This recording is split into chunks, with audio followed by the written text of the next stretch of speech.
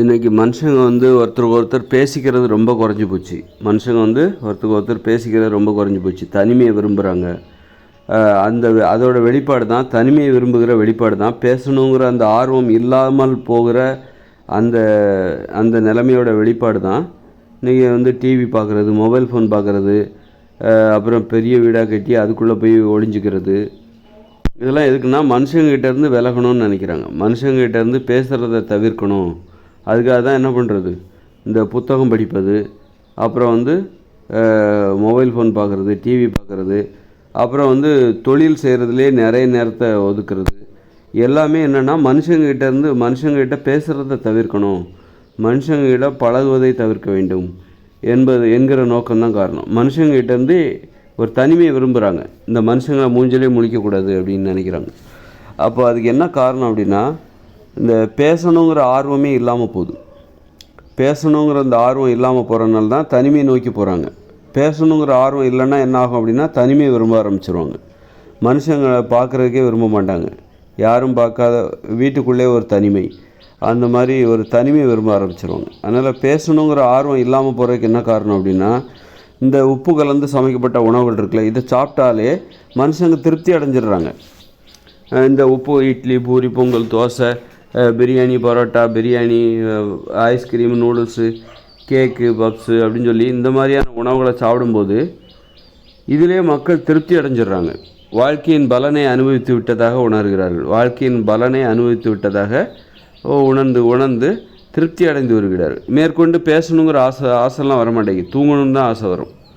மேற்கொண்டு பேசணும், மனுஷங்கிட்ட போய் பேசணும் அப்படிங்கிறது அந்த ஆசையை வரமாட்டேங்குது. பேசணும். அப்போ அது காரணம் என்னென்னா, அந்த சாப்பாட்டிலே திருப்தி அடைஞ்சிடுறாங்க. சாப்பாட்டில் திருப்தி அடைகிறாங்க, ரொம்ப திருப்தி அடைஞ்சிடுறாங்க. வாழ்க்கையில் நம்ம எப்போ பேசுவோம் அப்படின்னா, நமக்கு பேசினா தான் எனக்கு மனசு ஆறுதலாக இருக்கும், அமைதியாகும். யார்கிட்டையாவது பேசணும், மனசு விட்டு பேசணும், அப்போ தான் எனக்கு அமைதியாக இருக்கும் அப்படின்னு நினைக்கிறவங்க தான் பேசுவாங்க. பேசணுங்கிறத அவங்க ஒரு தேவையாகவே வச்சு பேசுவாங்க. யாருக்கு அந்த தேவை இருக்காதுன்னா, நல்லா சாப்பிட்றவங்க, அப்புறம் நல்ல பெரிய சொகுசான வாழ்க்கை, இதெல்லாம் நம்மளை இதிலே திருப்தி அடைய வச்சிரும். மேற்கொண்டு மனுஷங்கிட்ட போய் பேசணும், அதுக்காக நேரம் செலவழிக்கணும் அப்படிங்கிற அந்த ஆசை வராமல் போயிடும். இந்த சாப்பாட்டிலே திருப்தி அடைஞ்சிருவாங்க. நல்ல இட்லி, பூரி, பொங்கல், தோசை, பிரியாணி, நல்ல ஏசி, பெட்டு, கட்டில், டிவி, மொபைல் ஃபோன், இந்த மாதிரி வசதிகள்லாம் இருக்குல்ல, வீட்டில் உள்ள வேலைக்காரங்க, இதிலே திருப்தி அடைஞ்சிருவாங்க, சொகுசாக இருப்பாங்க. இதுக்கு மேலே மனுஷங்கிட்ட போய் பேசணும் அப்படிங்கிறது அது ஒரு பேராசை தான். இதிலே மனுஷங்க திருப்தி அடையும் போது இதுக்கு மேலே மனுஷங்கிட்ட பேசி நம்ம என்ன பண்ண போகிறோம், அது தேவையில்ல வேலைகளை தவிர்த்துடலாம் அப்படிங்கிற அந்த திருப்தி உணர்வை இதை கொடுத்துரும். இந்த நிறைய பேர் ஏன் லட்சியவாதிகளாக இல்லைன்னா, அவங்களுக்கு இந்த சாப்பாடே திருப்தி அடைய வைத்து விடுகிறது. சிலருக்கு லட்சியவாதியாக இருந்தால் தான் திருப்தி அடைவாங்க. இப்போ லட்சியவாதியாக இருக்காங்க பாருங்கள், ஏதாவது லட்சியத்தை வச்சுக்கிட்டு அதில் சாதிக்கணும்னு நினைக்கிற அத்தனை பேருக்கும் ஏன் அவங்க லட்சியம் வச்சுருக்காங்கன்னா, அப்போ தான் அவங்க திருப்தி அடைவார்கள். அந்த லட்சியத்தில் அவர்கள் திருப்தி அடைவார்கள். இல்லைன்னா அவங்களால சும்மாலாம் வாழ முடியாது, எல்லோரும் மாதிரியெல்லாம் வாழவே முடியாது. அவங்களுக்கு அப்போ தான் திருப்தியாக இருக்கும் வாழ்க்கை. காரணம் அப்போ நிறைய பேர் ஏன் அப்போ வாழ்கிறாங்களே, லட்சியம் எதுவும் இல்லாமல் வெறும் பிழைப்புவாதிகளாக வாழ்ந்து கொண்டு இருக்கிறார்கள் அப்படின்னா என்ன காரணம், அவங்க இந்த சாப்பாட்டிலே திருப்தி அடைஞ்சிடுறாங்க. சாப்பாடு, நல்ல இந்த மாதிரி ஒரு வீடு, அதில் கட்டில், பெட்டு, போர்வை, ட்ரெஸ்ஸு, பொருள், டிவி, மொபைல் ஃபோன், இதிலே அவங்க திருப்தி அடைஞ்சிறாங்க. அதனால் மேற்கொண்டு பேசணுங்கிற ஆசை இது இல்லாமல் செய்து விடுகிறது. பேசணும் அப்படிங்கிற அந்த ஆசை மனுஷங்களுக்கு இல்லாமல் போகிறதுனால மனுஷங்க தனிமையில் போய் மாட்டிக்கிறாங்க. தனிமையை விரும்ப ஆரம்பிச்சிடுறாங்க.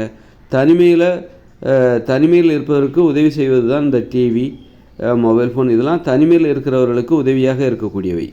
தனிமையை சுமையாக இல்லாமல் சுகமாக மாற்றுவதற்கான வழிமுறை தான் இந்த டிவி, மொபைல் ஃபோன், கணினி, புத்தகம், இந்த மாதிரியான விஷயம். அப்புறம் கட்டில், மெத்தை, அப்புறம் ஏசி, ஃபேனு, இதுக்கிடையில் இந்த மாதிரியான வாழ்க்கை என்பது ஒரு தனிமையில் உங்கள் வாழ்க்கையை இன்பமாக மாற்றக்கூடியவை.